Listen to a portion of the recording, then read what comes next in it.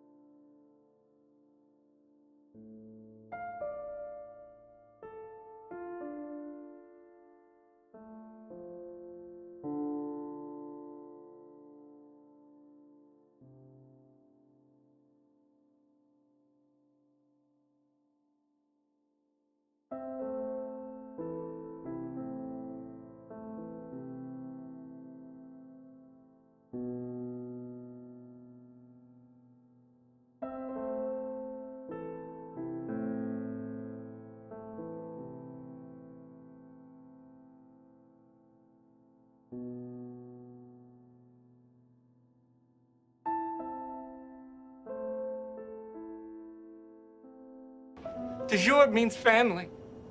De jour means teamwork. De jour means family. De jour means teamwork.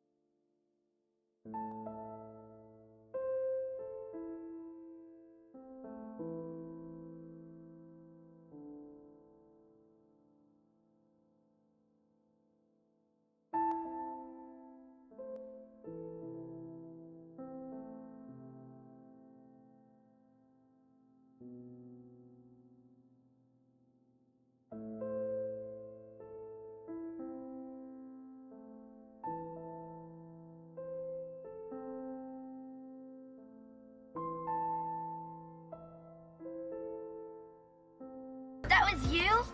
De jour was in my bathroom.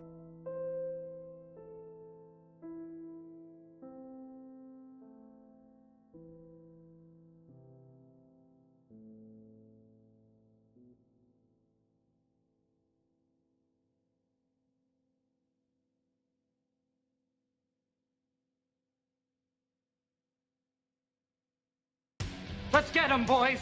De jour style.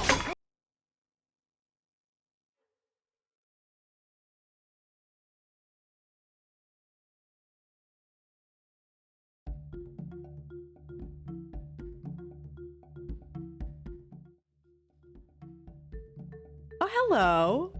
Welcome to the stream. Thank you guys for joining us and happy Wednesday. I have a lot of familiar friends in the chat. Thank you, Worst. We've got our hype train. Oh. Wow, so I have a couple things I need to do then. First off, I want to thank everyone already in the chat. Kelly Man, hello. Fafa. We've got Worst Best Gamer, hello. Welcome to the stream. Thank you for your gifted sub, Kelly. That went to free rides to menu, so that's awesome. We've got a lot of redeems on our blurbs are back. That's great. We've got Crazy Bob. Thank you for the tier 1 with the message yeet. And thank you for the hype train. I really appreciate you guys. Holy crap.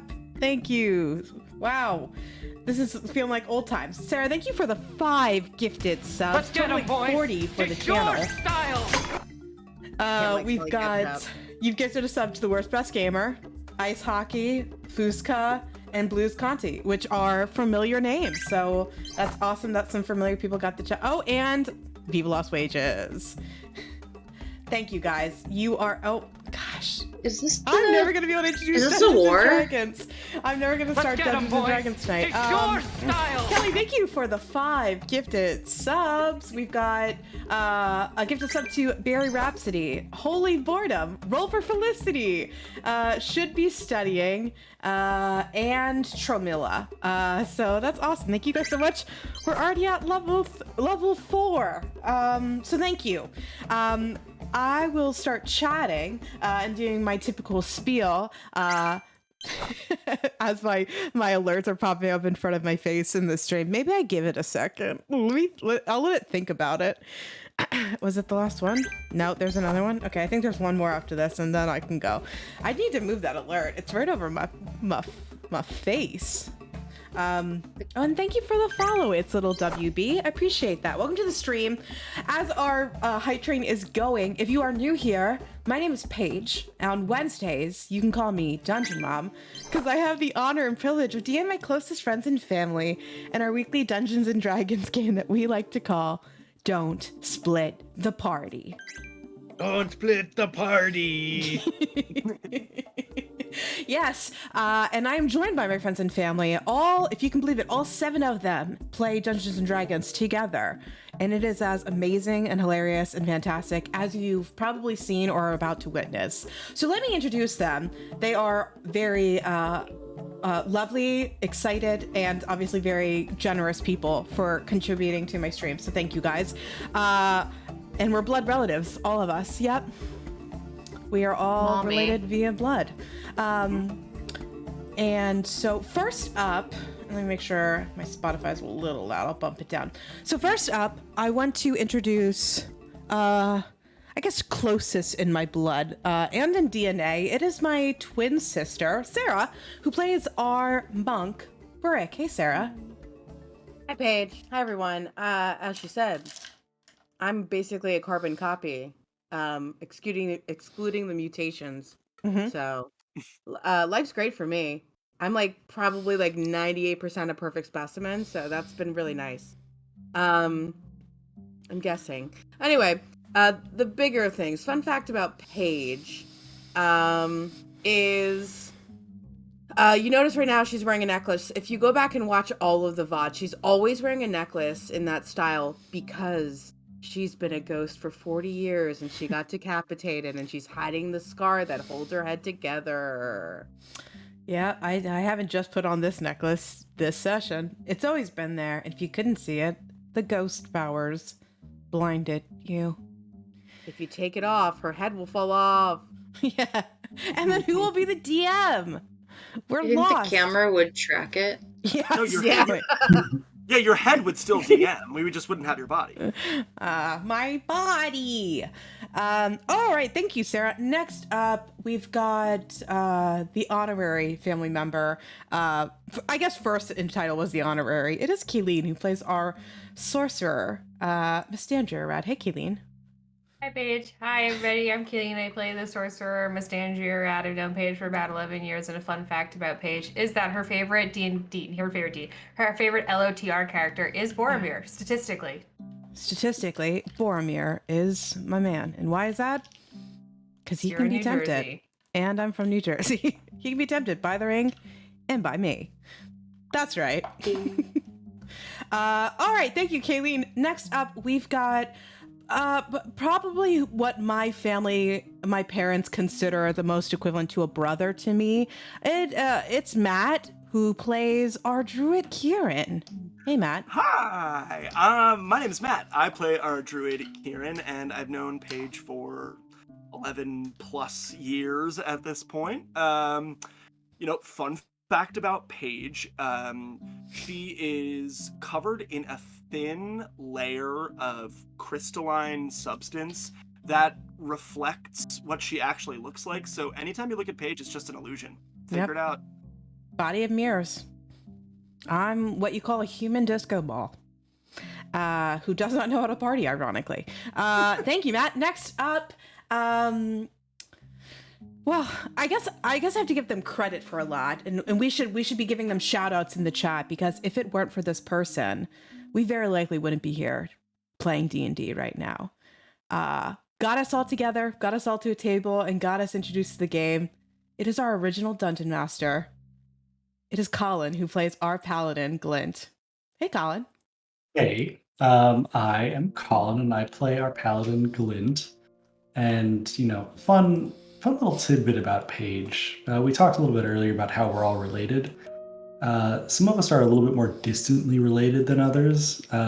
Paige, for example, is technically my, 161st grandmother. Yeah. Yeah. It's true. And I came all the way from the country that his grandmother hails from. His great Pangea. Yes, Pangea. Yes, Yeah. yes. Yeah. At yes. that point, it's probably Pangea. Pangea. That's my homeland. It's everyone's homeland. Next up, if I've said it many times, I'm going to return it to the original heart of my intro. If I could marry this woman, I fucking would. If only she'd love me the way I love her. It is Victoria, who plays our wizard Bira. Hey, Victoria.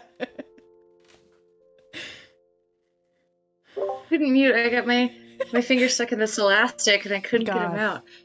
Hi, I'm Victoria. I play our group baby, most likely to have an evil twin. We should have done those. Tiny girl, wizard Bira. And fun fact about Paige, I think I may have told y'all this one before, but if you were to open Paige up, you would find a smaller page, and then if you opened that page up, you would find a smaller page, and if you opened that page up, you would find an even smaller page, and if you opened that up, you would find just crust. Yeah, mainly leg crust. Yeah, mostly. It's yeah. collected there. Yeah, Yep. It's everyone has the crust organ, but Paige's is extra. Fun fact about my many Russian doll layers. Sarah is the 6th layer within myself who became sentient. And she now exists on her own. You guys look so similar. I was wondering. Yeah. I expelled myself from the through the crust. From the stack, and that's why Paige is a little rattly more than usual. Yeah. Trying to find her way through the layers. Yeah.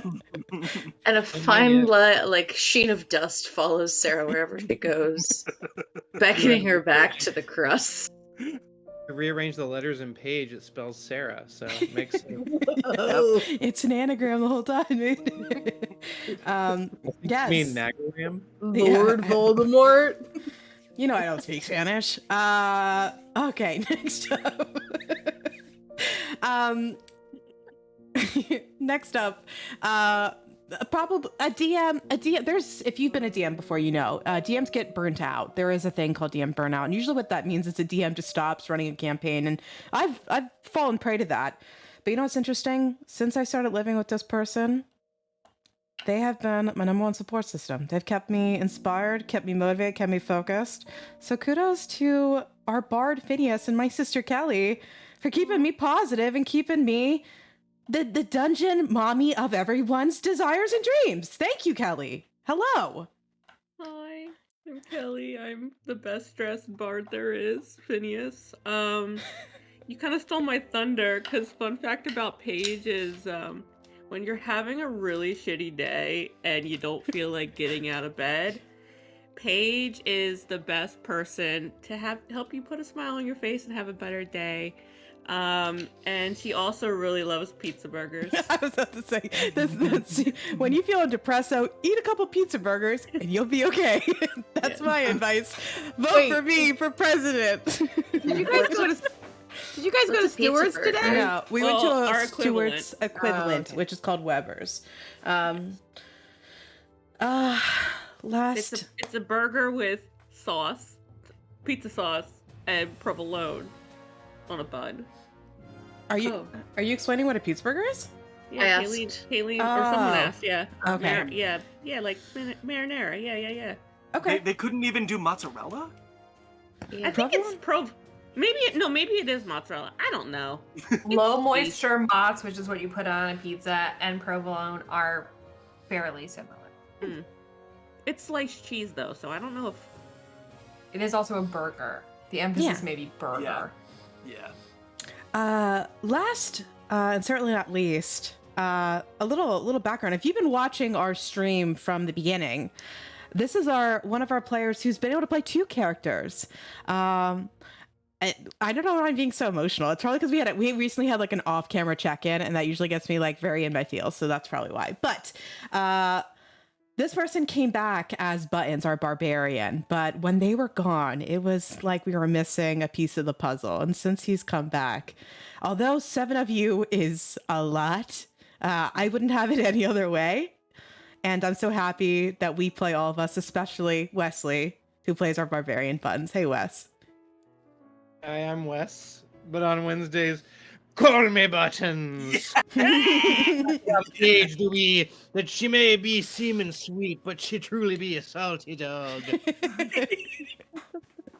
That's right. Full of semen. Yeah. That's the takeaway. 3 minutes. Kayleen said that just as you said it aloud. Kayleen typed it as you said it. It was like one brain cell activated, and you both said it. Oh boy! you. Look on the camera, and you can see Seaman Suite right above my camera. Oh, you could have seen it. It's in the way Paige has it on the stream. You can see our chat, the very bottom of our chat. Ready? Hold on. Wow. That said RAR, not test. Why did it do that? Oh, Kelly. Like on the stream, you see it in the top corner? Oh yeah. No. Kelly's text pops up. Yes, good. Oh, I need to hide that. Oh no. Stop! Oh, I found it. Haha, get fucked. You thought you could work around me? Okay. Oh my gosh. The gang found out that there's a Discord in-chat system that essentially hides after the session, so they've been blowing that up today. Okay. Let's talk Dungeons and Dragons. Dungeons and Dragons. So last session, du jour, well, I guess I can do a couple sessions. Or do we want to start doing the new tradition where the last person who got DM inspiration? Who was the last person who got DM inspiration? I think it was Wesley. I think it was Wes. Yeah. Oh shit. So we're doing something new. Spot. I know. Tonight? We'll try it. If it doesn't work, you give me the signal. This is Kayleen from yesterday. I was about to just hit you up with one of these, just in case. You should have access to that document if you need it. Okay. Yeah, Wesley, last week, our last session, you were our weekly provider, our receiver of DM inspiration. So why don't you recap us in chat on what we've been up to recently? Aye. Well, this last session, we did find an old friend in a young body. We found him indeed, Babe. We chatted him up a bit, some temporal time fuckery, and found out the time is a circle. That's right. We went over to find Professor Hornsby afterwards. We're gonna talk a little bit more to him about his dust whisperers, right? Dust speakers, but amazing. I like whispering. Whisper is way cooler. But other than that, we've been in Astrimiums, which is the school of Bira, where all the wizards learn to be wizards from Bira. That's right. Fantastic. No, I think that's great. Yeah. Anything else anybody else wants to add to what we've done so far? Finn's in love, and he doesn't care who knows it. And who is he in love with, Kelly? Bira! We do have some inner party romance happening, which has been fun. Inner party intercourse. Oh No, my Not god. not yet. Yes. We haven't faded to black. Very good. Okay. Anything else before I get us going? Okay. Yes. You've all been wrapping up your last couple days in Astremiums, the wizarding school in the center of our homebrew world of Adurtha. You've told Professor Hornsby that you're looking to leave rather soon. You've spoken to what we're jokingly calling is Baby Babe, which is the Estremium student version of Babe, this time traveling NPC you've run into after fighting a dragon. You found baby him, young him, who has not yet met you guys. And he spoke to you, and you discussed a potential plan or to gain information about Dean Crail Duskin, a little bit of an antagonist to you, more specifically to Mest. And something in their conversation caused that wild surge that we experienced a couple sessions ago, which resulted in everyone's bodies being swapped. So, as we are trying to wrap up our stay in Estremiums, there are a couple things you've wanted to do. Babe has asked you to give him 4 hours. Give me 4 hours to get you a better answer on being pen pals, to get you more information in regards to the dean and other things you discussed in regards to the infinite staircase and the potential multiverse and chronomancy, which is the magic or the magical study of time and space, or I should say the manipulation of time and space. You have returned to Professor Hornsby's classroom on the campus of Aaronhold, which is the campus that specializes in history and artifacts and, lore, essentially, where Bira had studied the most. And she has been circling up on a special project that Hornsby has mentioned to her. He mentioned that several students practice the arts of dust speaking and past raising. Both are skills that essentially call forth the spirits of the past and bind them to inanimate objects, sometimes statues or sometimes other items, to learn about the past, things that have been lost to the passing of time. And he theorizes that Bira is wholly unique in the fact that, unlike an inanimate object, Professor Hornsby believes that a spirit is bound to Bira herself. And so you've returned. Yeah. What's up, Bira? Oh, you have to be right back. Okay, no worries. You're good. You're good. So you've returned to the campus, where after you spoke with him, he eagerly ushered you to a second classroom, essentially putting up a be back later, classes canceled. And he shuffled to you another quieter classroom. If you are going to go over to Roll20, I am going to throw us over to a map. I will say, we talked prior to Stu, we did talk about a potential combat. This is not necessarily a combat map, more just like a flavor to visualize the space. I'm going to drag you guys over to that. To the top, or the upper half of that map is the classroom. You can see the office he kind of mainly operates in is this large space. And I think I'm actually going to throw it over as well to the Discord and to the stream, so the stream can see it too. So the stream can see this map. Professor Hornsby sits behind his desk. There is a place where he can stand at the front of the classroom to give lectures, and there are several rows of seats where his students would learn about the past and general education of history itself, or specific histories of studies of magic. And Jor sits here alone with Professor Hornsby as you all walk in. You can see the door closes behind you, and he kind of ushers you to the front. He quickly rustles behind his desk, opening a few drawers and pulling out what looks to be a couple notebooks, labeled rather disorganized, of the special project he's working on. Normally I ask you guys what you want to do, but because we kicked off at the end of last session and in the midst of this conversation, we're going to jump right back into it. Hornsby is an older human man, and he looks at you all rather excitedly, focusing most of his attention to Bira as he's talking you through it. And Bira, would it be all right if I called or requested a few other students of specialities? I'd mentioned a dust speaker and a past raiser. Would that be okay? I can't hear you, Bira. Can you hear me? Yes, I can. Now I can. Yep. Okay, sounds good. Wonderful. Okay, so to talk you through it again, what this might entail, all of it will be done with your approval.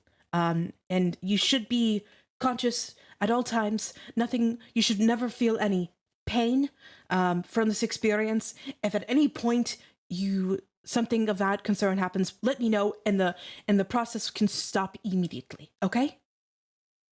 Okay. I don't mean to panic you. I mean to being careful. Oh, all right. Is it okay if you sign this non-disclosure agreement as well, just in case? Is it a non-disclosure? Is it also a waiver? Does my Yes. health insurance cover this? It's essentially where we're saying, like, I, Professor Hornsby, is not responsible for any injury caused during this ritual. It's like a very quick piece of paper. Okay. There's no lawyer to have to read it for her, so. Okay. Pure science. You can see he already, like, disorganized. Like, yes, Colin? Putting this out there, Glint is a paladin of Joaquin, who is the mistress of contracts as well. Oh, fudge, right. Oh my god, you became lawyer, Oh my Cat. Then Bira signs it and instead of handing it directly to Hornsby, hands it to Glint, realizing that she should have done that before. There's no going back now. Glint reads it over and says, well, you already signed it, so... Is it eat it. okay? She can Do eat I it. owe him anything? No. Am I gonna be okay? This is literally now a holy document, according to... Oh, By the honor gods. of Joaquin. Yeah, the gods. Okay. He explains that this summonings is he's going to bring in one of his best deaf speakers, Quibella, who's a Lorehold student as well. And she is essentially going to be the person who can communicate with the spirit should they be able to summon it. And then he also says he's going to bring in a passphraser who goes by the name of Thitla. And they are the person who can bind or unbind spirits. You all kind of wait there rather awkwardly for a few minutes. As you can see, he sends like a quick notification to both students, like, please see me at my office as soon as possible. Is there anything you do in preparation of this ritual, or anything the other members of du jour are talking about? How comfortable do you all feel being here? Are there things you want to contribute or ask in regards to, I'm calling it a ritual because it kind of feels like that. It feels like a seance of some sort. But it's however we want to describe it. But is there anything else we want to do while we're waiting for these two specialists to arrive? Bira makes not like a will, but she's like, if anything happens, Finn, you can read my journal, and Brick, you can have all my school books. I don't have anything of fun magic or weapons, but there's some candy in my bag, and you guys can have that too. All I be saying is you best be taking care of her. Anything happens, I no be signing no contracts. Here? Of course. In both my formal studies at Astremiums and this special project, no one has ever been harmed by what we do. Yet. I would pull Bira aside slightly and just like kind of put my arms on her arms. And I'd be like, are you feeling okay? Are you okay? Like, I just want to make sure that you're okay. I'm just nervous. I'm excited, but it's a big project for him, and he made me sign the paper, and it didn't seem real until I signed the paper, and we talked about it earlier, and then all of the other things happened, and I kind of forgot how it was making me a little nervous, and now I'm just really. Do you have any idea of like any of this? Is this all new to you, or? I mean, I don't know.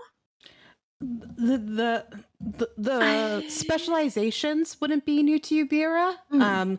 Even to the point where like a classroom you guys had just passed was being lectured on essentially by a spirit bound to a statue to talk about the era they were born. So it's not, you've had like essentially guest speakers in general classes teaching you about the studies of like ancient civilizations and stuff like that. So it wouldn't be completely new to you, but to hear, or it's completely up to you, but like to hear that you potentially have a spirit in you and what does that mean is probably very new.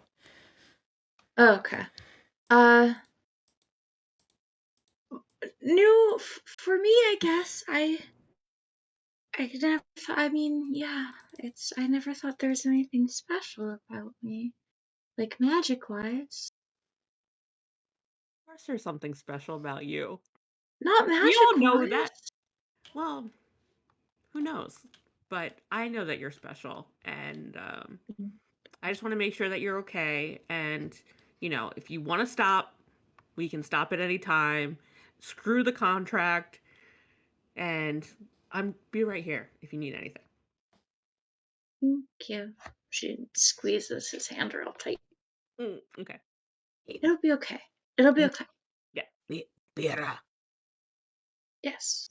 if you would like, if you think you could die doing this, I can take off my tourniquet and give to you. That's what that take about 30 minutes to get off. It takes 30 minutes to get off? I don't It's know. got lots of buckles. 30 minutes worth of buckles. Peeling it off your skin. It takes 30 minutes for her to put No, on. you mean attunement. I don't know if it doesn't clarify if it's an attuned item. Oh, well, if it doesn't clarify, then it's not an attuned item. It will be sweaty, but you can have it. Oh, okay. I'll give it back after if I'm alive. Okay. Yes. And you'll see like Brick kind of nervously look at everyone climb the stairs because I think there's stairs there on the left hand side. Mm-hmm. It looks like a 2nd floor. I think Brick would run up those stairs, find like a bookshelf, spin it slightly, and change out of the tourniquet, put back on her typical desert clothing, and then come back down with a very gross, less than clean tourniquet, magical tourniquet for you. Oh, tourniquet tunic is what it is. So what it does is it's an enchanted long sleeve shirt made of cotton, and it gives you advantage on death saving throws. Okay. Bear's So just gonna like wearing it. Will I get the effects if I like prep boys with their sweaters tied around their shoulders?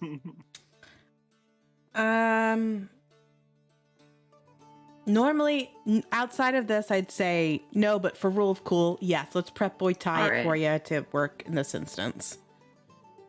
This is a college, it checks out. Yeah. Professor Hornsby, while Bira is undergoing this, is she gonna be participating, or is it just gonna be happening to her? Well, that's a good question. That's a tough way to articulate it. I mean, she is participating, yes. It will require a great control of her will.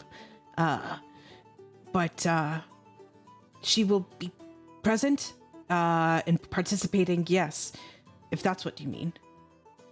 For example, will it take more of her, does she need to rely on her knowledge or her intuition or her just the strength of force of will to remain in her body?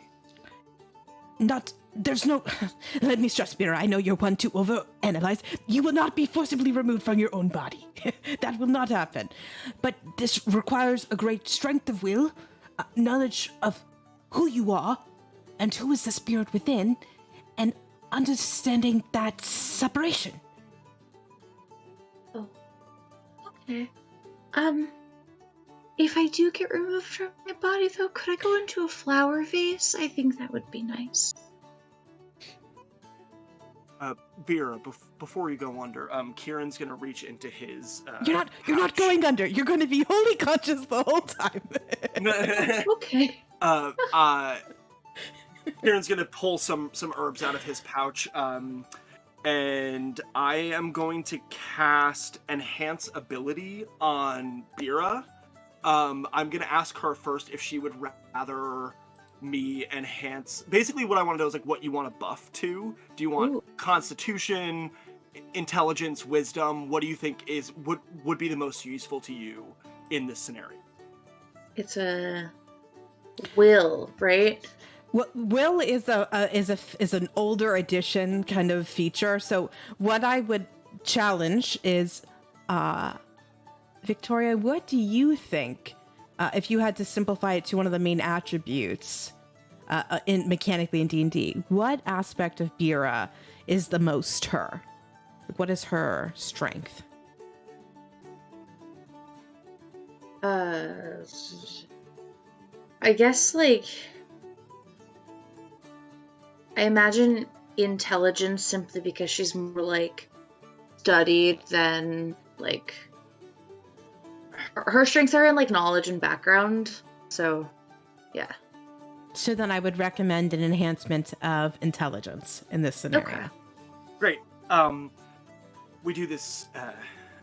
People in my tribe give people animal blessings sometimes, and so I'm just gonna pull a little bit of fox fur and some herbs and crush them together and chant over Bira, and then go sit in a corner and concentrate. It's a concentration spell that I have up to an hour for. Good. So I'm gonna cross-legged, crisscross applesauce, focus on giving Bira the smarts she needs. Thank you. And just nods his head, yeah. Good. Okay. I've got my tourniquet, cape, my animal blessing. I think.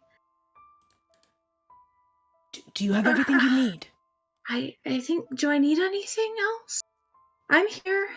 I signed the contract, and I think if we don't do it sooner than later, I'm just gonna be too nervous. So let's do it. Let's rip off this ancient band-aid. Oh, perfect timing. You'll see two students walk in as you're getting ready, Bira.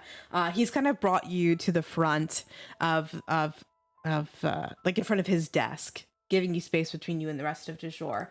And in the double doors back behind you guys, back through the rows and rows of seats, two students walk in. One is a furbolg, which I put in the private chat. I'm going to put it in the public chat as well. Under our Don't Split the Party. There it is. And then a furbolg woman. And then next... Sorry, I have to jump so many tabs. And then next, the second student is a Yanti female. They both seem rather familiar with one another and to Professor Hornsby. And they walk in rather eager. If you could describe it as imagine having a syndicate of a small syndicate of spies and assassins, and they're just what's the job this time, is kind of how they walk in, just eager for whatever this adventure is. And so they both walk in, and though they don't recognize you, Bira, maybe, and the rest of your friends, this is a familiar scene for them. So they're already in go mode, all right, what's the target? They're looking around the classroom. The Yanti student seems to be trying to identify what the item in question is, as the furball kind of walks behind her, kind of hands kind of clasped in her sides, kind of rubbing them together excitedly and a little nervously as well. Her energy matches yours a bit more, Bira, probably, as they come kind of walking in. And Professor Hornsby's well, that's the thing, girls, please come in. Quibella, he gestures to the furbolg, and Thitla. These are some of the best students I have here at Arnhold. I'm sorry, my Spotify. So, I'm skipping it. Is it the Bushwick Donatella? No, it was it was a very different one. Specialist in the study of, and he gestures to Quibella. Again, the furbolg, specialist in dust speaking, and to Thitla, the Yanti, and past raising. Nice to meet you both. They both kind of wave and nod their heads to you. And they kind of look between you and the professor rather expectantly. That's the thing, ladies. Our subject is Bira herself. So... And they just kind of look at you. Oh. So she's the target. He's like, well, yes. And he's like pulling out his notes. He's like, as I mentioned to you last week, and they already start to like roll their eyes and sit into the like seats behind you. He's like going on rather like long-windedly about like, well, as I told you, I have theories. And he's like talking about like the long studied history. He believes that spirits can exist in people, and it's a little unfounded probably. And it sounds almost like a conspiracy theory as to the Hooksies connecting. And they're like, good old chemtrails Hornsby. I've suddenly made him very, very like, I believe in aliens to you, and I didn't intend to. He's a credited professor. I promise he's very well learned. I was possessed once when I was 5. No. This is just stuff he's really into their alien ship. Sorry, this is just stuff he's really passionate about. But he stresses that every aspect of the process should be exactly the same. There should be no changes in regards to how they approach you and binding the spirit and then speaking with the spirit. But then the big question is, well, if the spirit is already bound, where are we binding it to? And the professor kind of looks to you, Bira, and says, if there is something, an item that is important to you, what could we temporarily bind the spirit to speak with it outside of yourself? will it damage it? The item? No. And even Thitla, the Yonti's like, no, it should be fine. It can take a lot of hits. I've done quite a number on this statue in particular that mirrors a lot of human women from about 300 years ago. They kind of just suck into it and start talking. It's the craziest thing. Okay. Well, something that's really important to me is my charm bracelet. It's also my spellcasting focus, which is why I asked if it would ruin it. Yeah, very, very fair. That sounds perfectly. Perfect. Bring it out on the table. She unlatches it and kind of like as she's doing it, like kind of touches all her charms, like the little like stones she's like put holes through from her little places, the sun, and kind of just like lays it gently, like kind of adjusts it. You know, like when you're like trying to make something really perfect on your like display table, like science fair, like yeah. Yeah, you're like fixing all the chains so they're linked correctly, yeah. and rotating the charms so they're sitting upright. I'm with you. Exactly. Yeah. Okay. Perfectly straight across. Yeah. Okay. For everyone present, besides the kind druid over there, I need everybody to clasp hands in a circle. With me too? I'll have or you around sit me. around Bira. Best. Mess, whose hands are you holding on to? Brick and buttons. Brick on one side, buttons on the other. Okay. And then he kind of looks at you all, and then he brings over Thitla and Quabella, and he has them put like one arm each on the charm bracelet and the other on the shoulder of Bira. So like there's two hands on your shoulders, Bira. And then Hornsby... Do I hold them back? You don't have to. Whatever is comfortable Okay. for you. And then Hornsby kind of connects the thread between all of you guys by connecting, you know, the two specialists in Bira to the rest of you. And so, as silly as it is, the connection with body and spirit is complete in this room as several somatic and verbal spells begin to get cast. Bira, what would this look like? This, like, summoning of not just a potential spirit inside of you, but it would also essentially call forth your own spirit. What would that look like arcanically? Ooh. Kind of like little like figures of light dancing, so kind of like humanoid shaped, but faceless, just light. And as they move, kind of light sparks coming off of them in like purple and pink and yellow and like kind of all of the colors that Bira is. Okay. I love this. It's awesome. Okay. I want you to just make a straight intelligence check for me. Keep in mind Kieran's enhanced ability. I'm also going to have you make this. Actually, I'm going to have you do it a saving throw, if that's okay. An intelligence saving throw. I apologize. Sure. I will have you make it with advantage. Okay. Yep. And what's my buff? So enhanced ability gives you advantage. Okay. Oh, thank you. And Glint is, yes, Glint is within 15 feet of you, Bira. So you get, is it a +3? +3 to that saving throw. Oh boy. All right. So saving throw. So the first one is 24. Okay. And the second one, is 18. Okay. +3.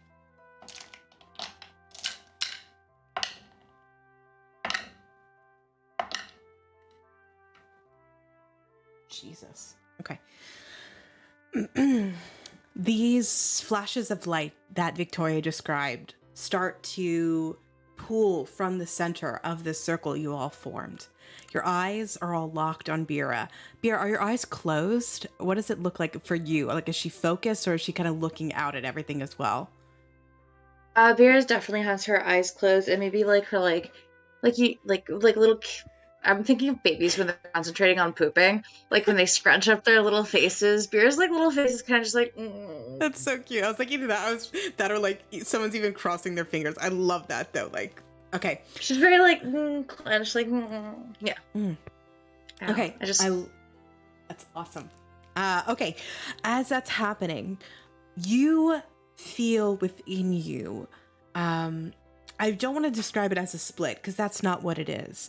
You feel this growth. It feels as if, do you know like when something really, really happy happens and you feel like you could like, your like heart could burst because you're like so full of happiness, and like it's like that kind of happiness where you're like, oh, and you can feel like the heat of tears in the corner of your eyes. It feels like that. It feels like everything that is Bira, just like this warmth, this positivity, this like naivete. You can feel all of this and you know that's you. And at the core of it, you've kind of been wrapped around it and you've like made it smaller and smaller. And it was like this little dot in the center is something that's not that. And as your spirit starts to go, that is what is pushing this spark of light out, is the spirit of Bira itself. And by opening up to this world, by taking up the space, this light, this warmth, this positivity, you can feel what was first just taking your whole body is you. You feel that start to reach out of you entirely. And what encapsulates you is another spirit. For almost a quick second, as you're sitting there concentrating, just focused, you start to feel it. And as you open your eyes, you can even feel this foreign thought and emotion inside of you. And it's not scary. It's not. It's foreign. It's uncomfortable, but it's not scary. And the first thought, it's almost like you're casting a detect thought in yourself. Yeah. What's up, Sarah? Paige, you're having some audio issues for me, and I think others are experiencing this well. Oh, okay. Is it just audio? It's robotic. Really robotic. Okay, let me see. Okay, I might switch us back. Let me close a few things. I am switching us back to the full screen. I'm going to close out of Roll20 for now. I think I saw the stream refreshing too, so I think it's an internet thing. Am I sounding okay now? No? Okay. Hold tight, guys. Let's see. We're going to throw it to... Right now, you're a little better. Am I? Yeah. Okay, let's see. Trying to close out of a few things. Maybe it was a couple programs I had open. How do I sound now? Let's go 1 to 10. Worse. Okay. Oh, I see it's unstable. Give me a second. We'll be right back. I think it's a network connection. I'll be right back. Be patient. Thank you, guys.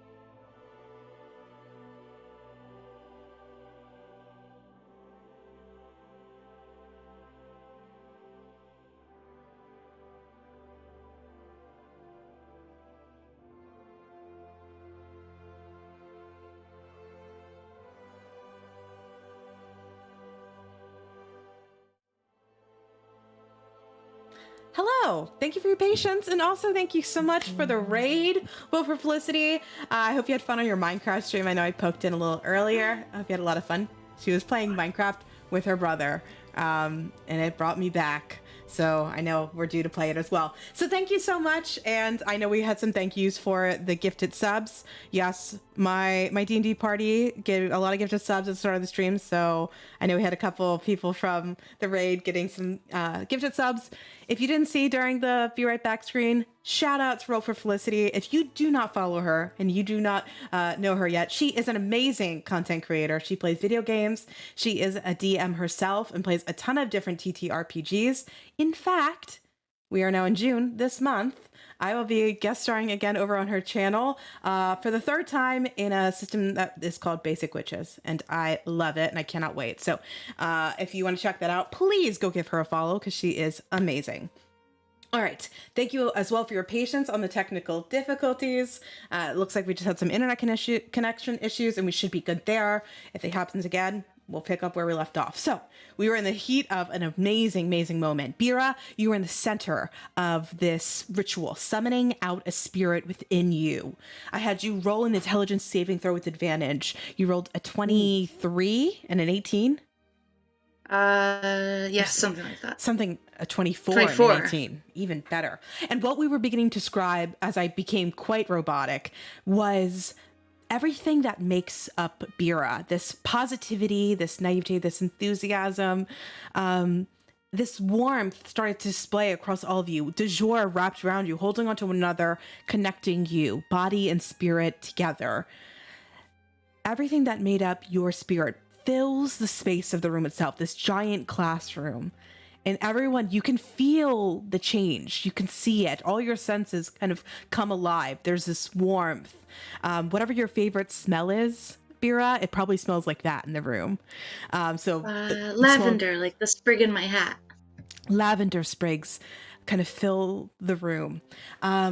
And what I was describing is Bira, you're sitting there focusing, trying to feel whatever this ritual is supposed to be. These two foreign students, both a dust speaker and a past raiser on either side of you. And suddenly this foreign spirit fills your body. And this whole time, as your spirit grows and takes up the space of the classroom itself, you realize the spirit has been within you the entire time. And as concerning as the thought that is, it's not as scary as you probably are expecting. And I was describing this, it has thought. You can feel it thinking inside your head, like this tie, this connection. It's almost like you've cast it detect thoughts within yourself, whatever that feels like.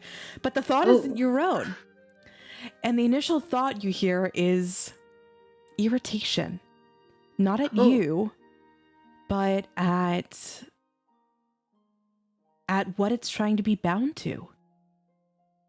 And you'll hear Thitla, the Yonti student who's on her side. Something's wrong, Professor. The spirit is aggravated. Apparently it's too much like the bound spirit. Do you have anything that's not quite you? And there's kind of like the lavender sprig smell is still kind of washing across the room, but like the ritual kind of like the energy toned down as the light starts to return to normal as she's asking you this question. I don't actually know what else I have. The only other thought I had was my familiar. She oh, my hat, yeah. Thitla also says, I have an idea. Professor, it's a little theory I've been working on that paper I mentioned to you, but we could summon my friend who's an ink master and essentially create whatever we want out of ink and bind it to that. What do we think? I do love journals and notebooks and okay, I'm very distracted. I'm so sorry. Why? What's happening? What am I missing? These hooligans. Are they doing something? Close out of the chat. Don't look at the chat. Okay, yeah, you can't read that on. You get demonetized on YouTube's if you read that out loud. Also, it belongs on the OnlyFans. I looked at it. The OnlyFans. Guys, why are you talking about yummy cummy in the tummy? Guys, not on my Christian Minecraft server. Come on. Serious summoning circle. Insert. And you guys are talking D&D about meme. spam. Right on time. There's Emlu. Hello, Emlu. Welcome to the stream. Okay. All right, I'm back in focus and done. I closed out the chat. I mean, it's a little funky. Don't get me wrong. The Yanti says, but I mean, she's pretty good at like creating anything out of ink. So like, it's essentially 3-dimensional. It can move around. We might not even need Quabella. It could probably even talk to us. Oh, I want it to be like a little like we're mixing Miyazaki now. You know, like the little like charcoal smotes Sprites, from yeah. Those. Well, I mean, it can start that way, but the spirit might have a tendency to, you know, take its own form. If that's cool with you, though. I mean, it a part of this, it requires, you know, you to be okay with everything. So. It won't hurt me or it? It shouldn't. If anything, it's probably going to make it much happier. It seems pretty particular. Okay, yeah. If that'll work, or if yeah, okay. And Corbella's on the other side. Like, do you have any idea what kind of spirit you have inside of you?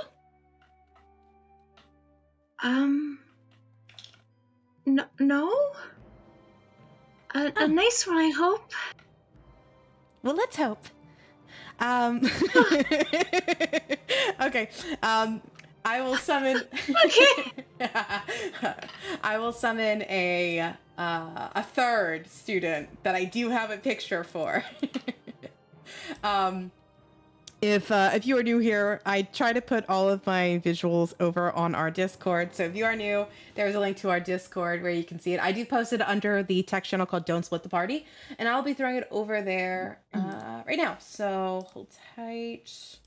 The third student that comes in, practically running in, it's a human, female as well. I didn't realize I was making it so femme, but hell yeah. No, I like it. It makes Bira feel comfortable. She's not very comfortable around just men. And you can see the third student comes in. Unlike the other two that are dressed in Lorehold uniforms, this student is dressed in the silver quill school, which is kind of like the eloquence, like bardy kind of, not bardy without being bardy school. They're all hot. I got a lot of cool art from really cool artists, so yeah, they all are heart. Yeah. I'm sorry, I'm very heart. I'm very ver heart. Yeah. Okay. Yeah. So, the Yanti's like, Candace, this is Bira. She has a spirit inside of her, and we need to summon it out. And I need you to create one of your cool little inky things. So, you will see Candace summon what looks to be essentially like a small to medium size. You kind of described like a ink sprite. It's rather sprite, yeah. It's but rather yeah, ink. So, yeah.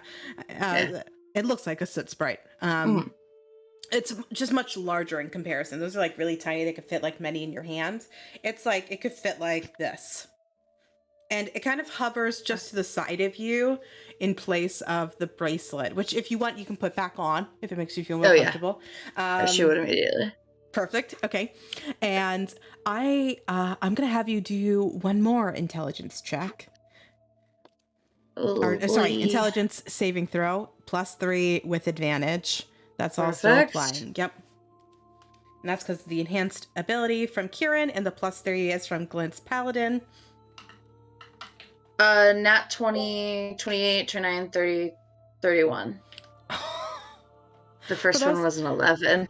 Jesus, for those who aren't familiar with D&D, when we come up with difficulty classes, the cap is 30.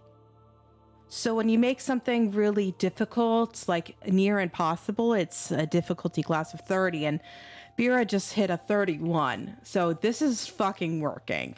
Been powerful just once, and it was right now.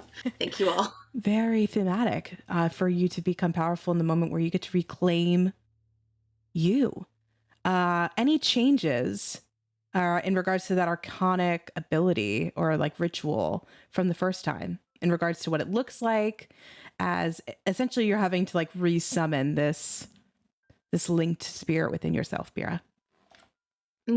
I think in this iteration, it's quite similar, but the images that are kind of Bira's essence are just stronger, more self-assured. Good. So they're like more like they were like maybe this tall before, but they're like now like knee height, like little figures. Amazing.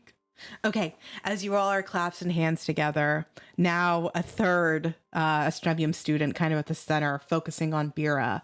This inky soot sprite look-alike. As Bira's spirit grows again, those similar washes of warmth and lavender fill the room, lights kind of glowing off of her. The soot sprite as well begins to grow.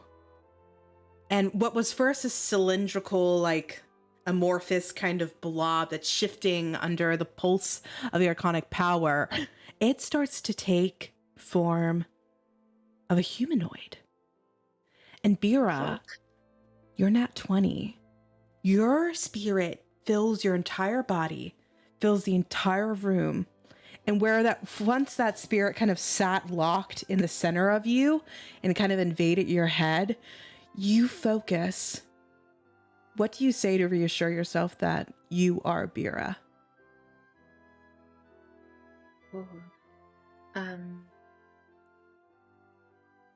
She's kind of as she's standing there, like all stretched up. She's kind of like playing with the charms on her bracelet, and she's going, "I'm so me. I'm so me. I'm so me." And she starts just like listing like facts about herself, like okay, born in Sundrell, just like random things, like favorite color is green, like my hat. Big crush on Finn. Oh, she gave me this charm, kind of just like random things, but like kind of under her breath. Mm-hmm. Bira, as these thoughts are repeating in your head, the original irritation that you felt, this foreign spirit, has no place to go. And as you are focused, you feel it go from your body. The link is not lost. You can still sense the spirit here, but when you open your eyes, the ink sprite that once was on your side, it stands at the center of the circle, surrounded by du jour.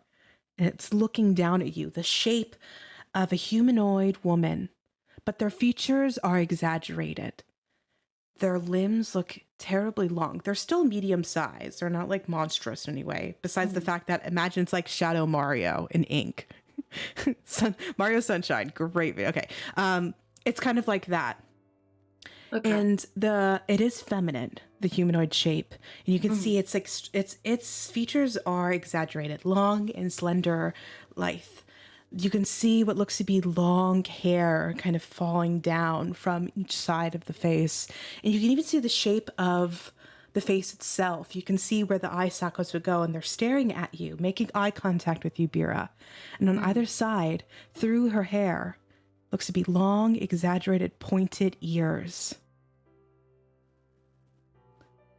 And you all stare at a second in shock as you look at this just like form in the middle of you. Anything happening when this first kind of like takes form and takes shape?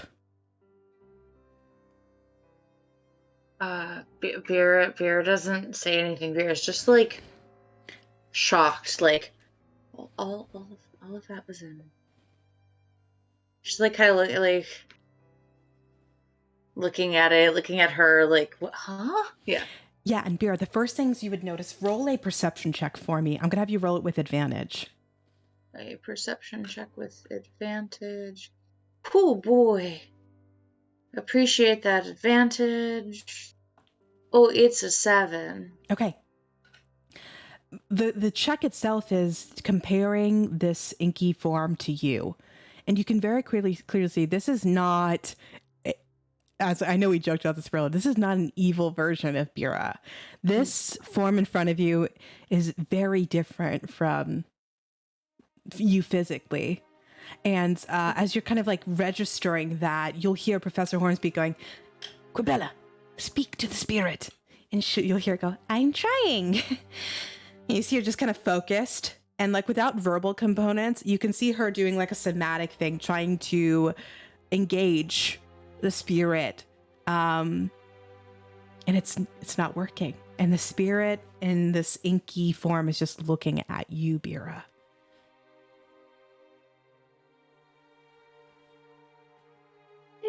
Hi there.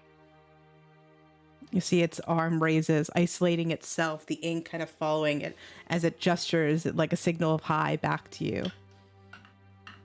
Can I hear any, like, do I feel any of its thoughts or feelings or anything, or is it just mostly separate? Right now, it's all nonverbal you're hearing in regards to Okay. communicating. Oh, I'm gonna... Hold on, I haven't spelled in a spell. Would you refer to this as a creature? Like, is it... I would categorize it, and if you're trying to spell cast something, yes. Okay. I have Mind Link. Okay. So I can, the creature must be able to see me and be within 90 feet. I don't think I have to actually cast anything, but I can use my action to give that creature the ability to speak telepathically with me for 1 hour. Okay. Yeah. Okay. So I'm gonna do that. As you mind link, I feel it's funny to differentiate it because there's been a tie, there's been a link to this, but mind link unlocks something completely new to you, Bira. On the other side of this string, this connection that you always tied up to an imaginary friend in a fire spirit form. It's almost like there was a knot in the middle and the language got misinterpreted. And as soon as you cast Mind Link, it's like it unravels and it's a clean line, like an open cell phone. You can like speak clearly. On the other side, you can hear an exaggerated, like clean, crisp, long voice as you speak to the spirit. What do you say? Hi, I'm Bira. I you probably already know that, but what's your name? Yes, Bira. I am Vakri Aloro. I've been trying to speak to you for a long time. You see, the inky form kind of like steps closer to Bira, still standing, looking down. I don't know what this looks like for everybody else. You see it, but I don't know. You don't hear anything at this moment, but you can. Is it fair to say they can see that you guys? It looks to be like you're communicating with one another. Does Bira's face look like tense in that moment? Because like as soon as the spirit walked closer to Bira, I would like Finn would tense up. So Bira? you tried reading her face. Bira would be pretty passive, especially now. Like the feeling of the communication working with the mind link would be less stressful because nothing's scarier than potentially an ink demon looking at you silently. Yeah, and the Furbolg student would probably lean over to you and like release her hold on Bira as if like she's doing nothing in regards to this ritual. The dust speaker is not speaking with the spirit, but you'll see Quibella put her hand on you instead, Phineas, and go, "It's working."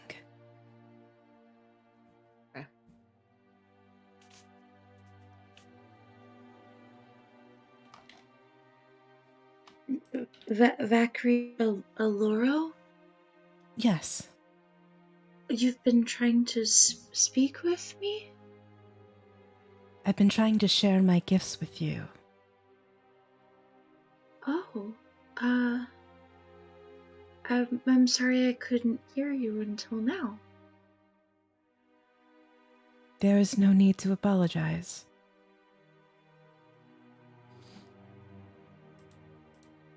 I'm sure you have many questions.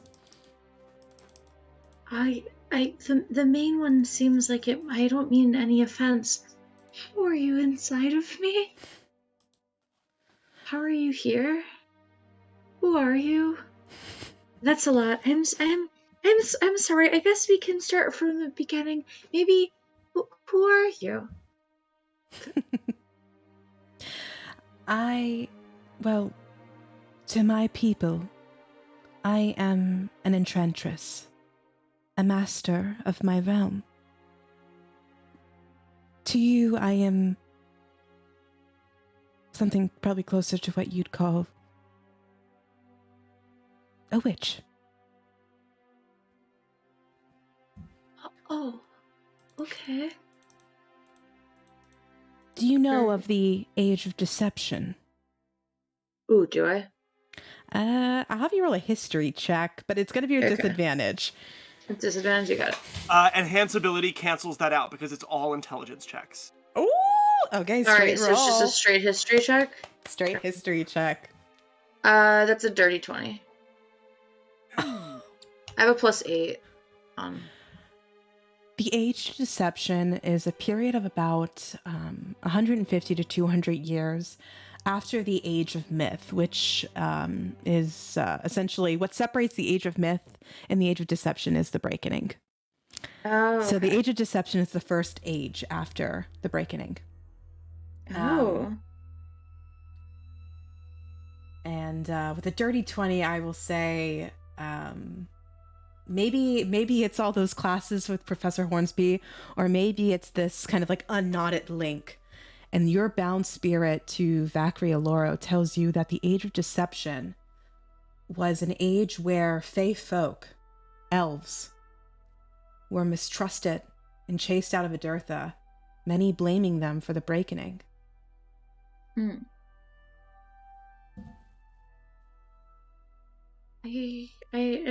I've heard of it.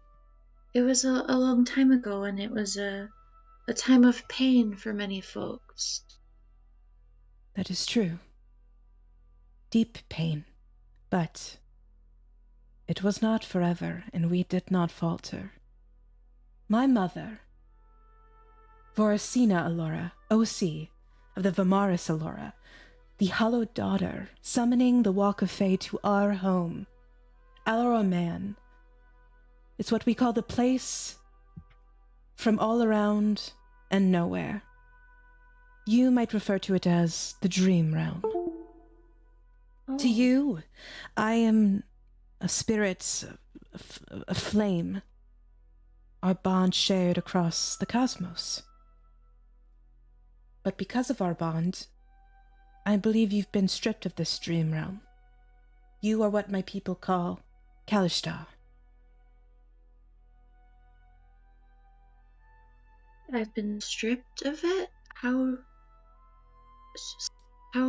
stripped? It's not. I'm trying to understand, but how do I dream? But I dream. I have dreams. Indeed. But your dreams do not link you to the dream's heart, the realm where my people exist. Others might fall upon it by accident, but our connection prevents you from such a opportunity.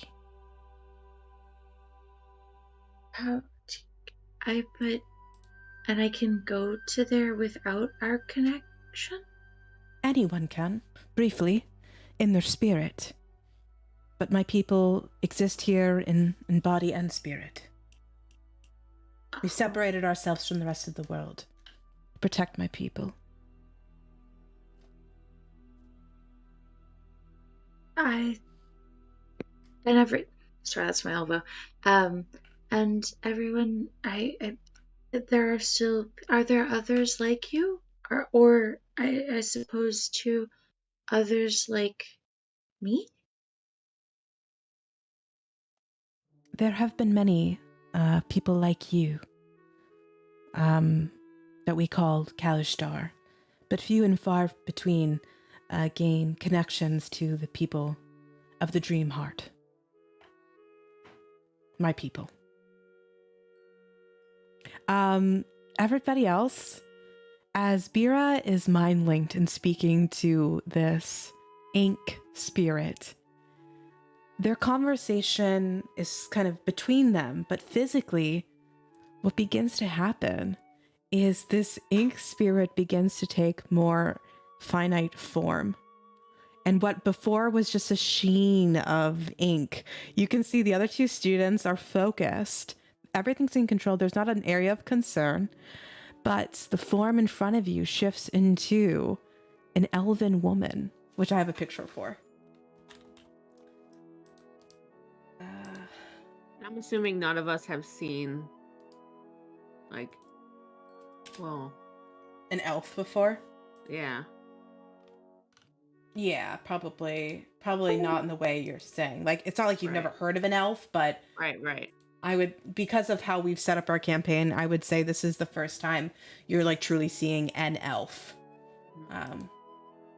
Oh, bad. And Bira, what everyone else is beginning to see is what, as soon as your mind link connected and you met eyes with like the inky black pupils of the spirit, you saw this the whole time. You've been speaking to this woman. Oh, okay. And as your conversation has continued and she's told you about Aloramon, the place of everywhere and nowhere, or all and nowhere, and your connection to the Dream's Heart, everyone else is beginning to see this person take form.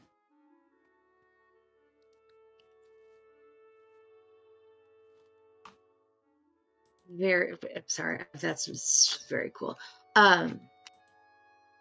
Where were we in our conversation? I'm trying to think back. Your concern was your inability to connect to what she refers to as the dream realm.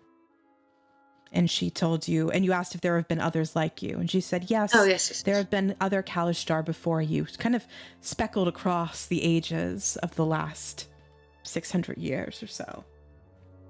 But very few have a kindred connection to a spirit of the Dream's Heart, to the Fae folk that her mother have taken away from this realm of the world. Why me? That is a question beyond even my own understanding.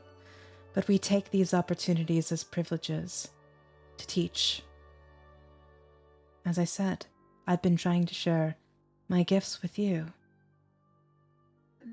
I'm sorry I haven't been listening. You have.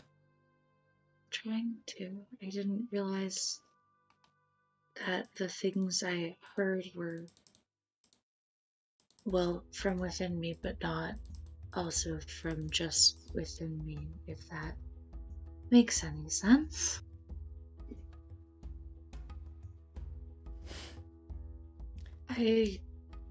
I'm flattered that you want to share your gifts with me. If I'm happy to hear or learn whatever you'd like to share. Bira, daughter of Adirtha. I am the daughter of the Hollow Daughter. If I did not think you were capable of these lessons, I would have found another spirit. Whoever they were.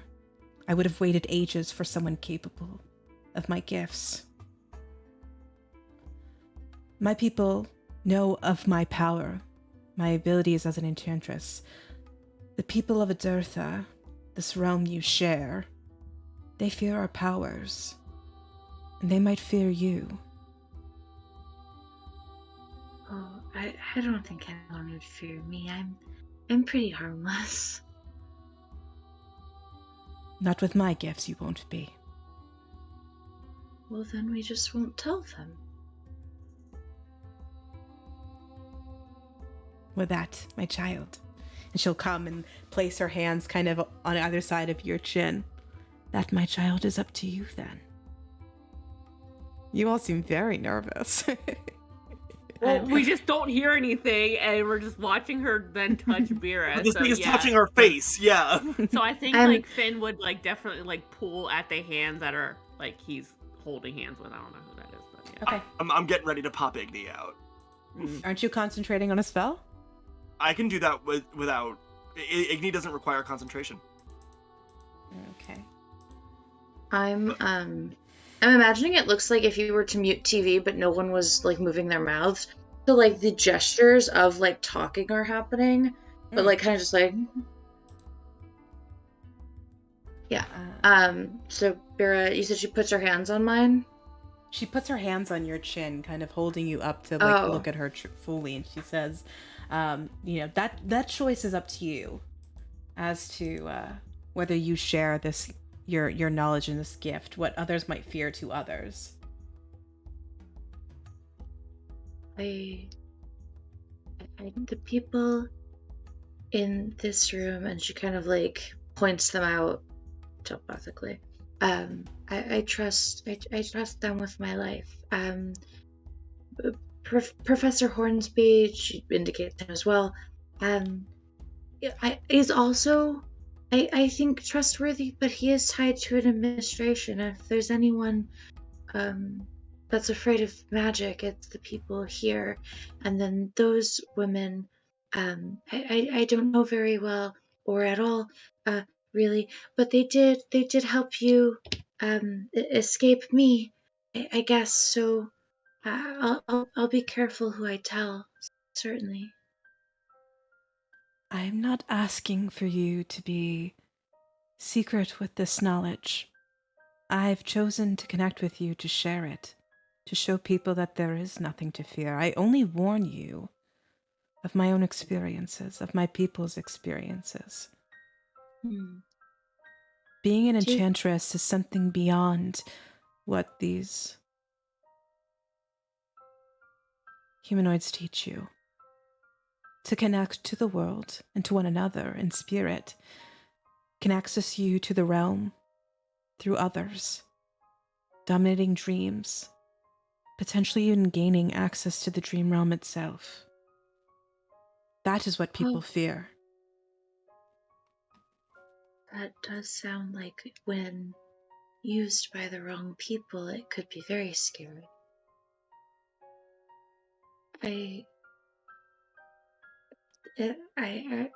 My magic isn't very good, but I'd love to try. Very good. So you're accepting these lessons from Zachary Laura? Yeah. Okay. I guess I would also ask her. I don't know if you're trying to go. How do I contact you? Are you coming back, or where do you go now? Well, I won't say this in character. I think this is more a choice for you because this is a part of your character build. You, Victoria, and with Bira as well, have a choice as to whether you want to keep Zachary Aloro, the bound spirit, tied to you, or if you would want to. And I terrible use of words, and I don't mean to stress anybody out, but like unleash her to the world. She's like leashed to you essentially. And I can explain some pros and cons, what I visualize for this potentially. For sure. And also, like, if this is like indebted or like a enslaved situation, I would want her to go. But if this is like something you said she chose, would have gone to another spirit, then I would be more inclined to keep her. Like, I don't want like someone like bound to me unhappily. No, I would say it's probably the adverse. Okay. By keeping her tied to you, she'd probably stay more so. She'd probably only reappear to you more so in the calcifer kind of form, and it would probably lack more in these lessons. It would probably just be more. That's just how she would appear to you by unlocking her. She would probably be able to appear to you in a different way, and then with additional conversations and lessons, you might be able to learn more of these abilities. So that's kind of how I was visualizing the choice. Is like, do you kind of want to keep Bira how Bira started, or would you want her to probably take on this new kind of aspect of her spirit, where it would we're still going to have it tied to your class if you want with Wizard, but we could talk about it. I could also see it kind of veering to its own kind of way of spellcasting. So I would say this is more so a question for Bira on if she wants to unlock her unlearned magical ability a bit more, or if she wants to keep on the trail of learned magic? I think unlearned. That sounds kind of, yeah, like that's how she, like, she's going back to her roots. Like that's who she is. Everything about like the builds and kind of the way Astromium's is built is like to leash. So like bring on the wild magic, baby. But also I just didn't want to like lose her. I'd miss her. Yeah, you're certainly not losing the spirit. You're still Kalistar. You always will be. Okay. By agreeing to this, you're probably just unlocking a new element to it. Okay. And I think because of how we're describing this mind link, this is by Vakri asking you this, you know that that's what this all entails. So as you respond to her, how would you like verbalize that agreement, like that you're taking on this change? Because essentially, what I'm suggesting is what you say will be uttered across the room, and others will hear like this agreement. Essentially, Oh, this mind link becomes physical. Essentially. In this sentence. Yeah. No pressure. My No, goodness. But we have some time if you need it. Yeah, we do a flash to what everyone else is doing while I think. Yeah, so what I want you guys to know is like probably what's starting to happen as Bira is starting to hear this and going like, I want you to be a part of my life. And you're hearing this, like the mind link starts to verbalize. So like, I know it's hard to like be in and out of character as we're kind of breaking down mechanics, but imagine all that in character stuff start to shift into verbal communication. Like I can teach you these things and you can be something others can fear. You will not be the one who's fearful. You can hold the power. Like it's an encouragement. You can see that the spirit is offering Bira guidance as Bira prepares herself to kind of agree potentially.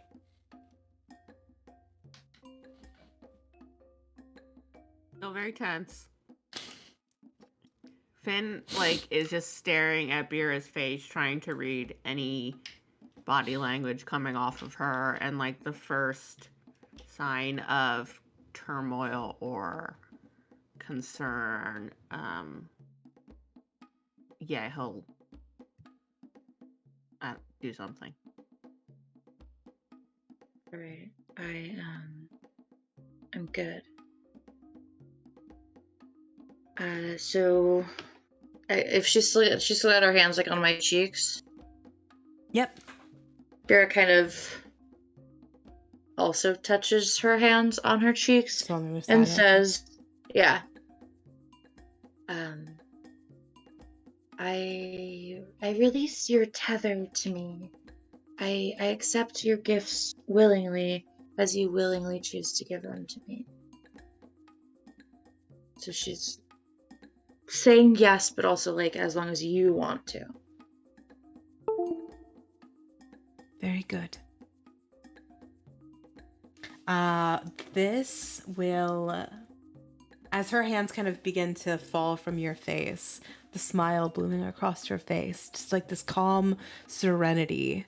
And I think it's something we've looked at before, but what you would gain is something we can change the title. I'm loosely referring to as a vision quest. It is going to be a first level spell.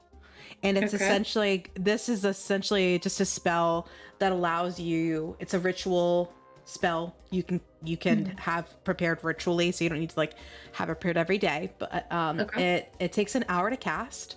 And essentially what it allows you to do is within the next 24 hours, you can place yourself in a sleep-like state, which allows you to connect to Vakri Aloro, and you can continue lessons of sorcery and enchantry via this elven woman.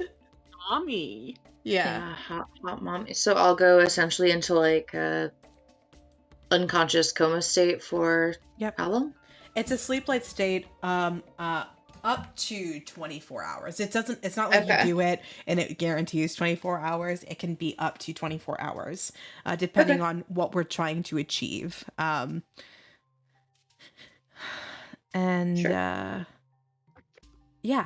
And I'll send something like that over to you. We'll add it to your spell list. Okay. It'll be in D&D Beyond for you. Okay. Thank you. Cool. Yeah. So as that happens, what does it look like? Like, is she still there? She is still there. I didn't visualize the agreement having anything like it's as much as it sounds very warlocky. There's nothing warlocky happening here, guys. I know everyone's like, Paige, what are you doing? Can you multi-class a warlock wizard? Like, is that? Of course you can. Yeah, absolutely. If that's something you are interested in, we can talk about that. I'm not forcing this upon you. You're not. Okay. That's not what I was visualizing. This is more. I just visualized your spirit as a choice between learned magic and natural magic, which is different than wild magic. So I'm like kind of categorizing magic now, which is very interesting. But Vacria Loro is essentially a specialist in what I'm like loosely referring to as dream magic. So you might be learning more like dreamy kinds of things if you want. Awesome. Gwen over here just fucking walking in dreams, baby. Telorandrio. No, I'm just kidding. It's not.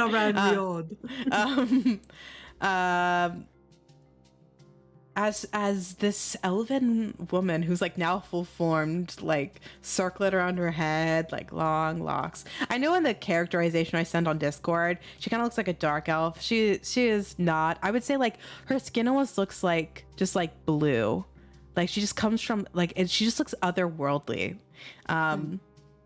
As she looks and she smiles upon you, she goes, "Friends of Bira, hello." Hi. Ahoy. Do we still have to hold hands? We're still holding hands. Professor Hornsby's like, I don't think so. Okay. Yeah, I'm gonna drop concentration. Okay. Bira. She was inside you this whole time? I guess. I exist in the dream heart, child.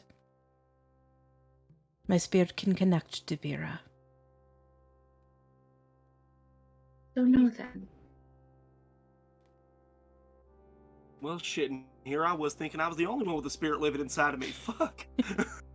Does anyone else want to confess to a contain? Yeah, who else? Spirit? I think we've all got spirits. Well, you can certainly handle yours. Spirits. Alcohol. Ha, he drinks.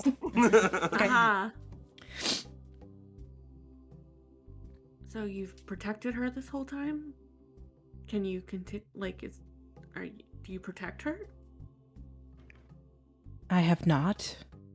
But if she needs it and requests it, I will try to use the right word. I will provide my assistance if need be. Bira is Kalishtar. She is important to me and my people. It would be like killing a guest.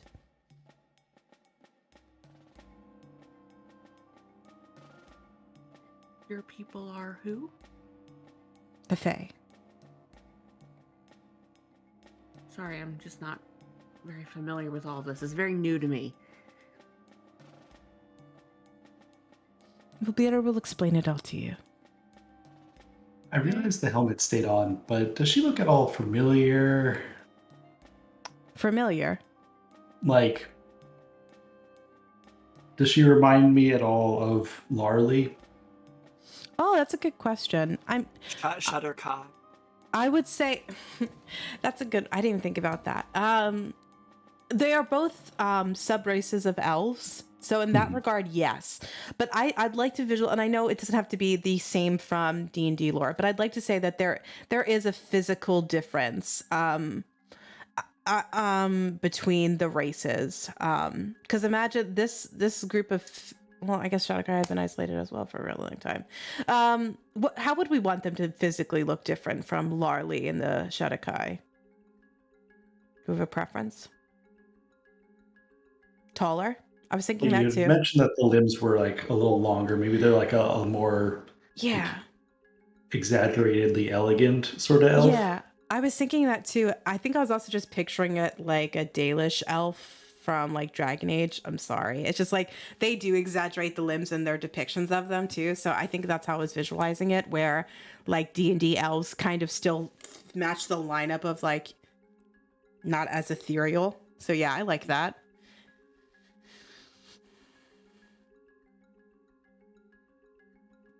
But yeah, you could see a similarity, Glenn. Sorry, I apologize, Wes. But yeah, you would have to answer the question. You would. I feel like her hair is super ethereal and doesn't move in the same way other people's in the room moves. Yes, I love that. It has its own gravity, yeah. Yes. I love that. Actually, yes. I think yes, it has its own gravity is a great way to describe it. Anything else that makes Vakri Allura look otherworldly to you? Not a wrinkle. Not a wrinkle, not a soul. Not a wrinkle. Okay. And just like, I mean, just in the same way that her hair does, I feel like her movements are almost as if she's like moving through space. Like flow, purposeful, steady, like nothing erratic or... Okay. Bira, anything else visually about this elf spirit? It could even be like maybe it's a piece of clothing. I'd like to think, and what I'm kind of getting at is I'd like to think there's been something, even though there's nothing like been definitively explained, like, oh, we should wear matching bracelets or something, but there's something like that this whole time you've like, oh, I've always had a connection to this, and you see it on her too. Something like that. I was almost thinking even like a bit of the Kalishtar features could be. Like they have like really extra big eyes, and bears are this kind of like otherworldly, like light yellow. Maybe she has like the same eyes. I like that. Okay. I think even like now seeing maybe Bira in her hat and her clothing and the bright colors of their clothes, the pastel pink of her hair kind of mirrors this like blue wash of color, like this pastel blue, and you're like, the hair color, like even though they're not related, like, you can see that's where it pulled from. It's like this dream world. Oh, I almost kind of like too that like you said hers is like blue purple, so it's like almost like the desaturated version. Yeah, I love that. Bira. Okay, very cool. Oh no, I'm turning into a fae myself. Perfect. Well, I must thank you all for finally connecting me to my friend. She puts her hand out for Bira. Bira clasps her. Friend, I like that. It's good to meet you, finally. Yes, I certainly prefer this form over the other one.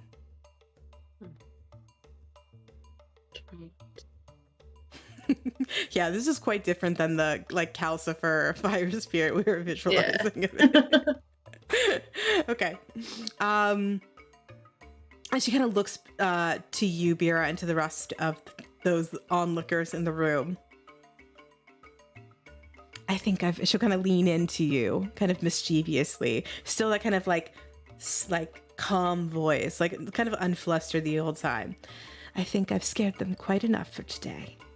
We will speak later.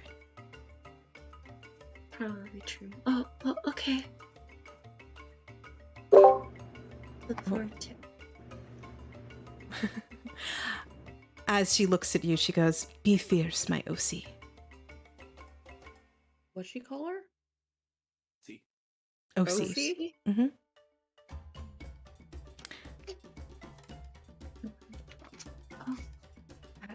I'll do my best for you. Her hand unclaps from yours, and they fall to her side. And as you all kind of look on, the form of Vakri Aloro shifts back to that ink form where the features lose their definition and all kind of washes out to this like muted gray black. And just as quickly as it's starting to shift back to ink, it begins to puddle and pool on the ground. Her form kind of diminished completely physically from this world.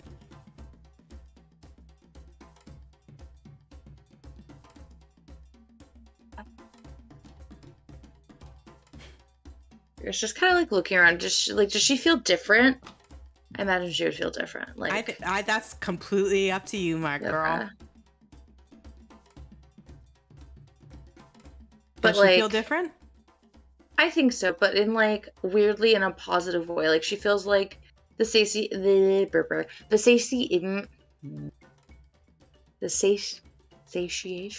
there we go, that you feel after having eaten like your favorite meal.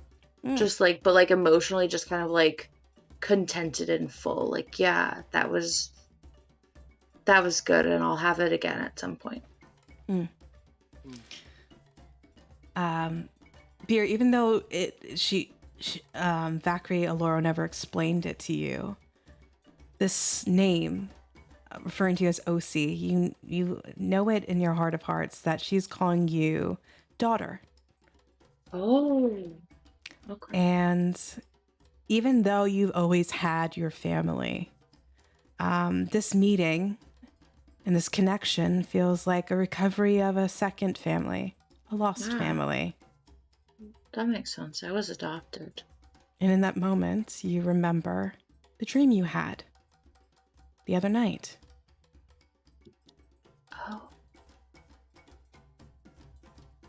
Yeah, but I thought it was darker. Okay.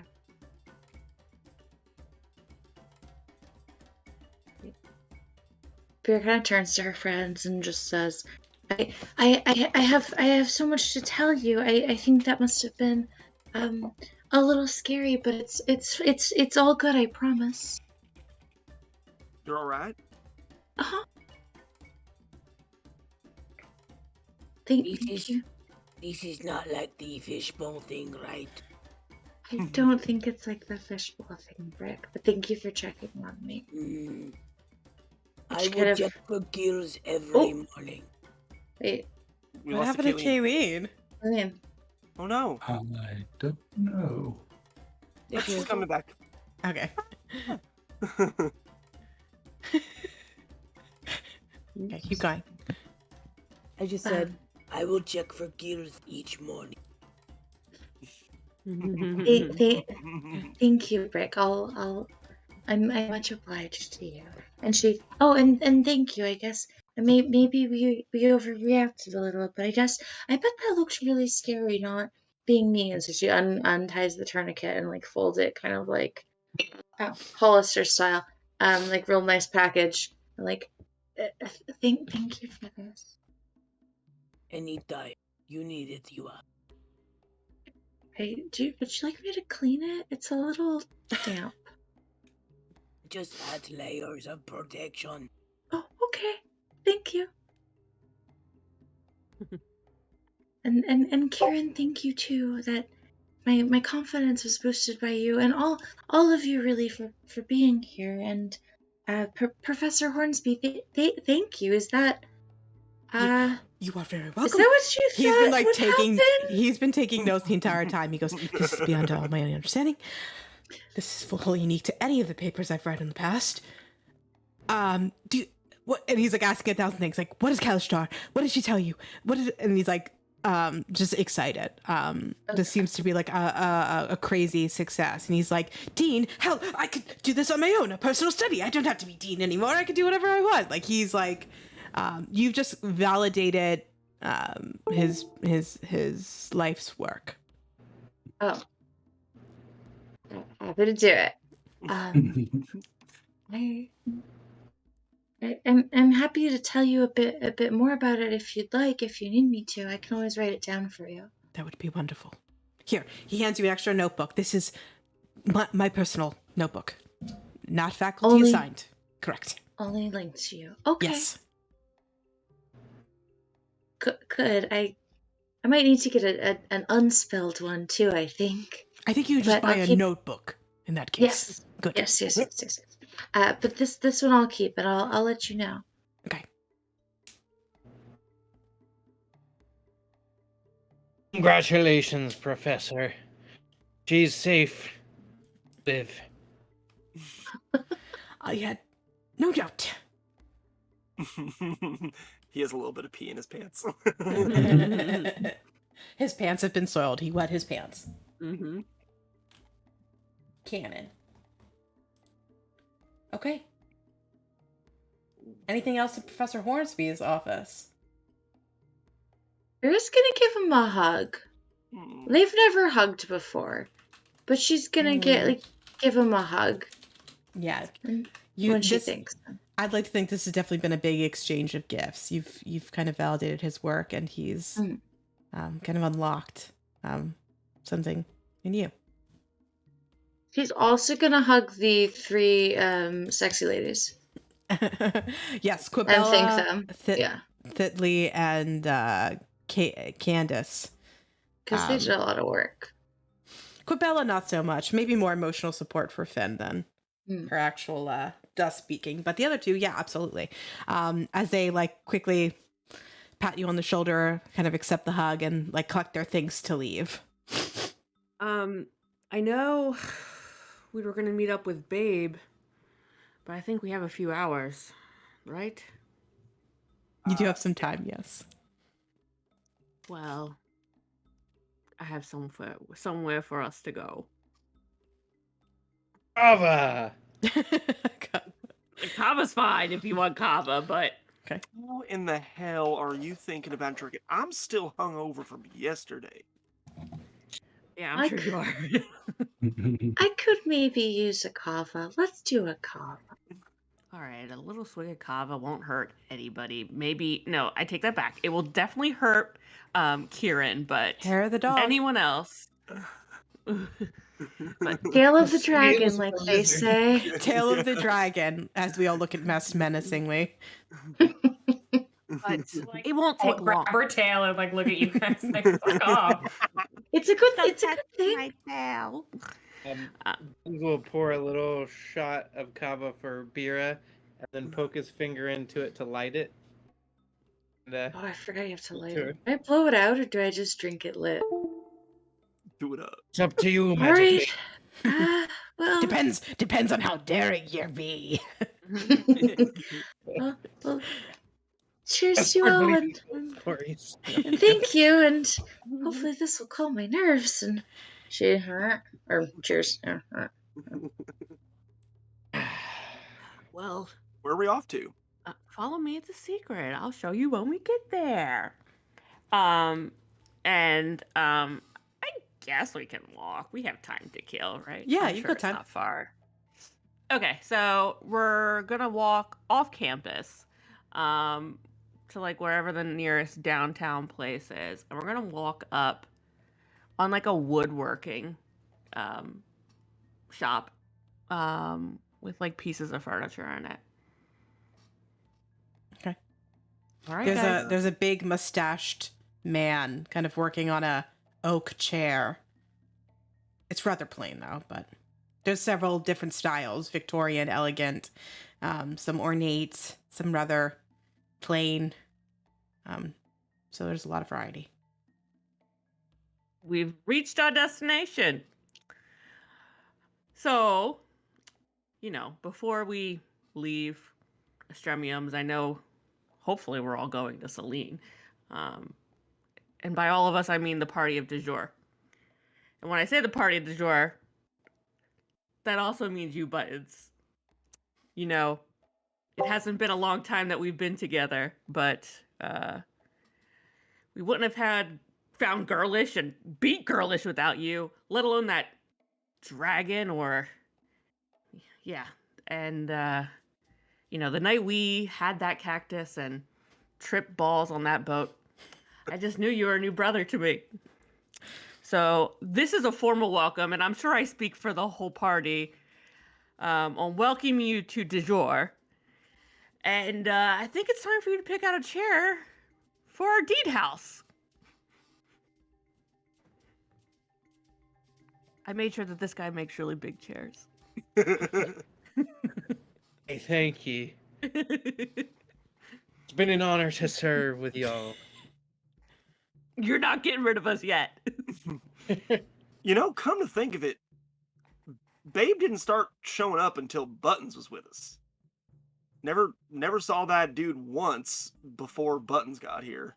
And if he's so important and he knows us, he obviously only knows us with you. See, it's a sign you're supposed to be with us. If Babe can travel time, can't he go back and meet us still? We would have met him though. What? If he had gone back to before we met Buttons, we would have met him before we met Buttons. But we haven't met him then. Right. So obviously nothing that was going on was that important to Babe before Buttons arrived. It's very simple, Brick. It's triangles and circles and lines. You mock me. So yeah, I'll leave it to you, Buttons, to describe your chair that you pick from the store, and he could make pretty much whatever the fuck you want. And it doesn't have to be wood, I guess. If you wanted something else, A chair's a chair. Chair's a chair. It's big. I'm thinking like a Gaston chair. Hell yeah. Sick. Hunting lodge chair. Yeah, I'm picturing like red fabric in the padding in the back of the seat and on the seat itself. Ooh, there's gotta be some horns on there somewhere, I'm sure. Yep, for sure. Sick. A ton of buttons. Well, I mean, it's maybe rule of cool here. A little bit of magic to it. Whenever you look in the cushions, you always find a button. Easily, yeah. That's awesome. That's really fun. This man leans in buttons after you like explained every detail of the chair. He goes, Let me get this straight. You want 400 buttons stuck in the chair somewhere? Okay. Not the weirdest request I've gotten. I can do it. Aye, buttons. All right. I don't know if our deed has the magic of like adding an extra bed to the house, but that would be great too. Yeah, because we technically got it in between Kylie and Buttons, so there was no bed there's no seventh bed. I sell beds. A bed's a bed. Oh, great. Great, we'll take one of those too. Or Buttons, would you prefer a hammock, maybe? I sell hammocks too. A hammock's a hammock. What about a waterbed? Get out. He's got horns, Finn. No waterbed for me. Only waterbed for me will be my final resting place. God. Oh well, we'll make sure to set you off to see if you. What? Stop talking about dying. Yeah. Wait, does this mean that that Buttons is sharing the lofts with me and Karen? Well, we haven't made room choices for Buttons yet, but if he wants, I guess. Team camping. There be space. It would be honored. Might need to get bunk beds up there. That's why I like the hammock. Like we stack hammocks like a pirate crew. And bunk hammocks. I build extensions too. Do you need an extension? Build for me loft? here. Wait, extensions on houses or like? I'm a carpenter. Yeah, but have you ever worked in like magical deed houses? A house. You have to go outside of the house to build. Have you guys onto ever the gone house? outside the house? No, we can't. I always imagined it had like a courtyard in the middle, Yeah, but I don't know if we've ever like really looked around Uh, outside. I don't think we can. yeah, because the door is the door. Unless there's a Yeah, back door, but then I picture like Beetlejuice, sandworms situation. Is there a back door? I don't think there is. I don't think there is. that- There is no other door. Yeah. Go out a window? The door goes to the multi-dimensional other side. Like, Mm-hmm.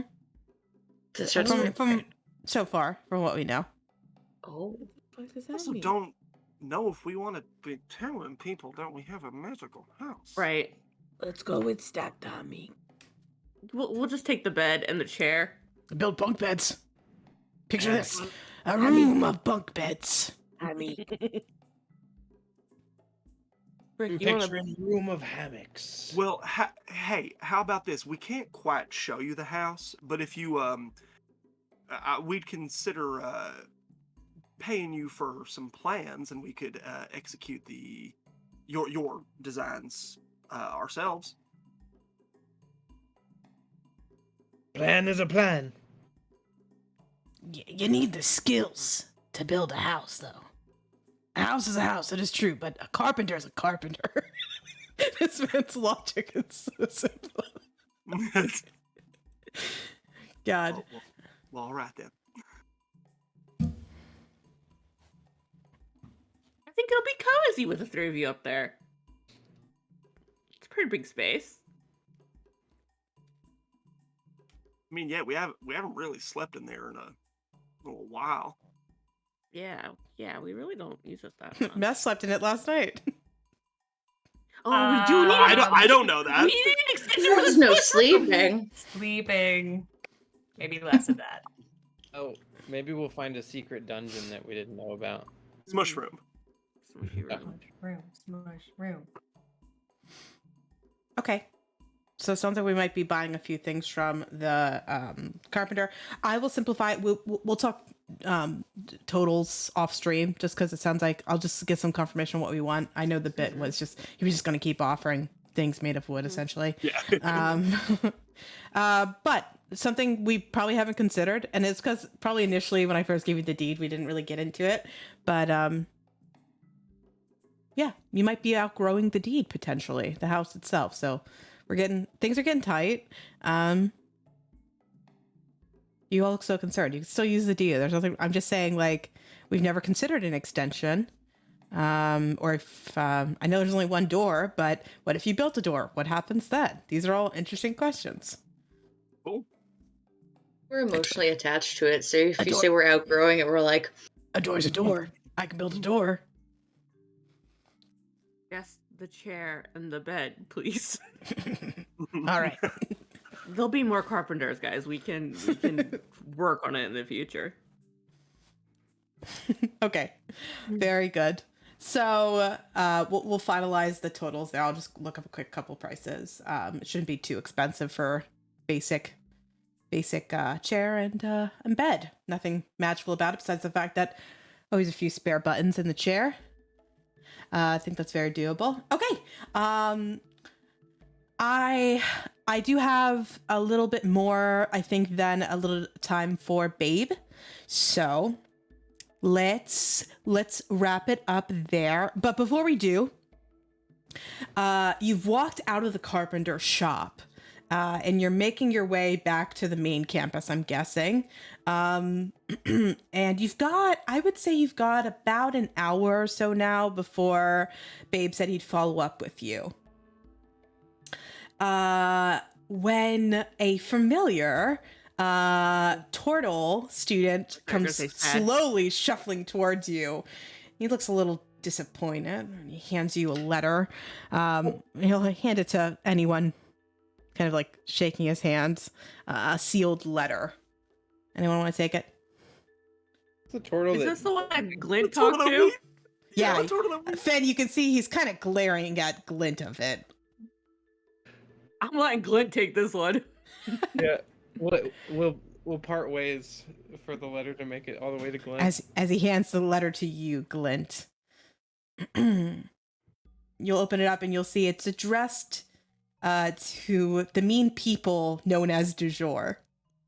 At the bottom, it's signed Ren, and I realized I said his last name wrong, and I'm so sorry. I was very excited. It's Bracken Babe. I said Babel Babe. It's Bracken Babe. So, Babe, Ren Bracken Babe. God, Say that 10 times fast. And in the letter, he says, update. We have more things to discuss. Let's meet off campus. Be there in an hour. And in the letter, you'll see it's a drawing. It's essentially like he wrote the letter on was like a handout of the school campus map. And you can see he's kind of given you essentially a map to where he's heading. You see it's off to the corner of the main campus back towards the Fortress campus where you met him last. You can see it walks beyond that. It's essentially beyond the campus, just off the Fortress campus. He's asking for you guys to meet within the hour. It's a fair ways away. So it's like, oh, off to see Babe. And it sounds like he's got not just a confirmation on being pen pals and a couple of the questions you guys have discussed, but it sounds like he's found something out that he wants to share with you. So I think that is where we can leave tonight's session, knowing we're going to pick up next week with a conversation with Babe. He refers to this location on the map. He says, seek out the Nexus. Ooh. So we will pick up next week on the way to the Nexus to meet with Ren, Babel, Babe. This next session, I promised you, Bracken Babe. I already did it. Thank you. Ren, Bracken Babe. I said this last time. I promise this next session will likely be our last session in Estremiums before we start taking a free ticket on an airplane to Celine, which is Finn's hometown. So I don't think what I have planned will be the whole session. It'll be a good portion of it. But if there's anything else you guys need to do, talk amongst yourself. Let me know. I will tell you, Estremiums doesn't wipe out the face of the map after you leave, which is good. So if we need to come back to it, we can. But things may be different the next time you're here, as in all places. So think about what you want to do, and we'll pick up next session with Babe at the Nexus, wherever this Nexus is. So well done, everybody. What highlights do we have from this session? Bira. Just that whole situation. All Bira all the time. Yeah, just Victoria. So good. So much good. Yeah, I like the way Victoria explained her aura. And her spirit and all of that. Yeah. The level of world building was just obscene. It was amazing. Holy fucking shit. Yeah. What do we think about no elves in the campaign and they've just essentially gone to their own realm? What do we think about that? I was really happy that they weren't didn't have some sort of magical genocide or something. I was like, okay, well that's good. Yeah. I should also mention, not to get anyone optimistic about player characters, but this unlocks if there is a backup character and you want to play an elf, we can talk.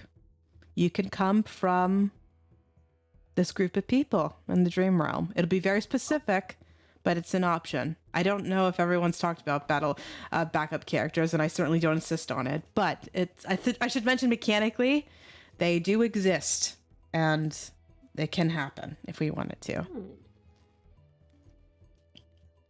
Okay. Better late than never, but... No backup characters. What other highlights do we have? I mean, of course, Victoria. My highlight, Victoria. I mean, as we're all talking, obviously, my fucking DM inspiration is going to Victoria. So much came into what you brought to that ritual, and it was pure magic. So thank you. Thank you. That was awesome. You have to eat it is the question. I think this is the last one you don't have to eat. Yeah, it's going to the pool. Other highlights for people. I like go ahead. Kelly's. Sorry, I liked Kelly's way of formally bringing buttons into du jour. I think the chairs, each representing one of the members, and Kylie never having one just because of the timing. So having a chair for buttons is really cool. Yeah, Yeah, that was awesome. I liked going into the furniture shop. Yeah. Yeah, I just want to echo what Victoria said about the world building. Just like my notes are fucking insane from this. Like all of the world building, the names, the ages of this world, like the so many things. Yeah, anytime. Sorry, go ahead. No, please go. Anytime like you bring up the breaking, like my tinglies tingle. I'm like, ooh. I think we're gonna like next session too. There might be more of that, and I promise. I should tell you, next week we will have combat. So, not to keep anyone on their toes, but we will be having combat next week for sure. So, We killed Kralduskin? you might be crailing. Crailing. That's a verb. You might be killing something. I can't speak to if it's Kralduskin, but you might be having combat. I will complete meta knowledge. Our characters would not have any tie-in, but I don't often ask this. In regards to that lore building and I guess the lore dumping we've had with Valkyrie, anyone remember any of the things she said? Did it connect to? Did it ring any bells? Does it sound familiar to anybody? I'm just curious. That's a broad question. I know. Okay. Specifically the route, like where Valkyrie mentioned her like her people and where they came from and some of the terminology she referred to with her and her people. What did she? I didn't catch it. She said something along the lines of she's the daughter of the Hollow what? The Hollow Daughter. Hollow daughter. Yeah. The hollowed daughter. Yeah. Hollow daughter. Wait, she's Yeah. the Hollowed. daughter of the Hollow daughter? She is the daughter of the hollowed daughter. Wait a second. The priestess in our one shot that was maintaining the portal at the temple. That's Yep. it. That's Yep. it. Fuck out. What? Yup. What? Oh my fucking god. You mean like our Yeah. first one shot? Like the pre-story, like the Pre-break-in. awakening one shot. Alaro, head of the city known as the Hollowed Daughter, Vamaris Aloro. who had the Staff of Transport, which controls Yep. portals. Motherfucker, Paige. Wait, that's her mommy? Nope. It is What? now her grandmother. Her mother is the Was the daughter Hollow of Daughter. her Vamaris, who's one-shot elf priestess. Her daughter is now the Hollowed Daughter. So So it that- goes Vimeris, Varasini, Vakri, Aloro. You've got it. In generations, okay. Yep, you got it. What? Bitch! And now So, Bira. I tried to make promises. I'm trying to connect. I'm trying to connect our one shot more to this story.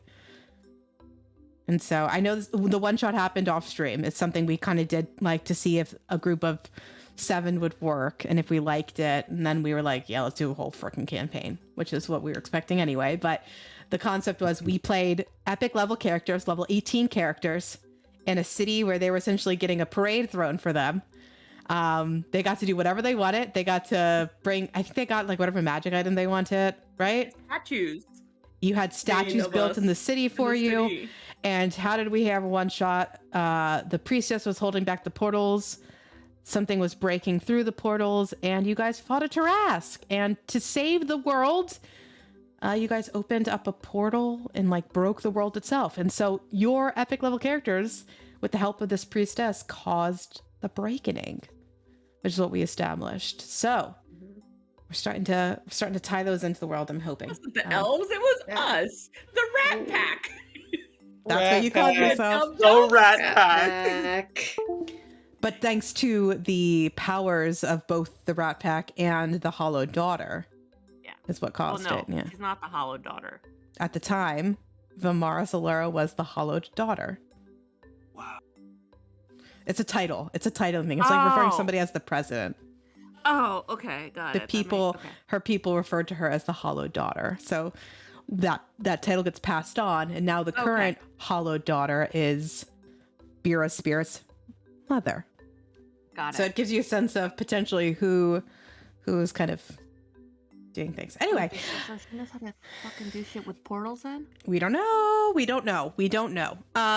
But what we do know is we have a lot to talk about next week, and I've kept you guys on here for about 2.5 hours, which is longer than usual for us.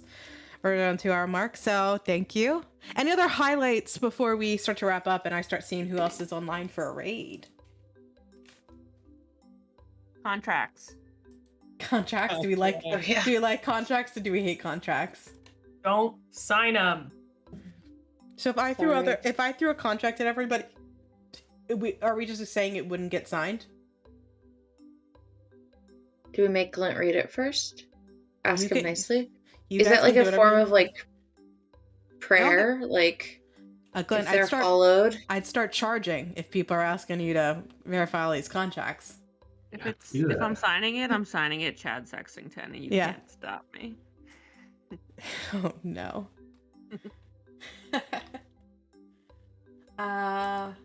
Yeah. So contracts. Anything else? I think we're gonna rate our friends.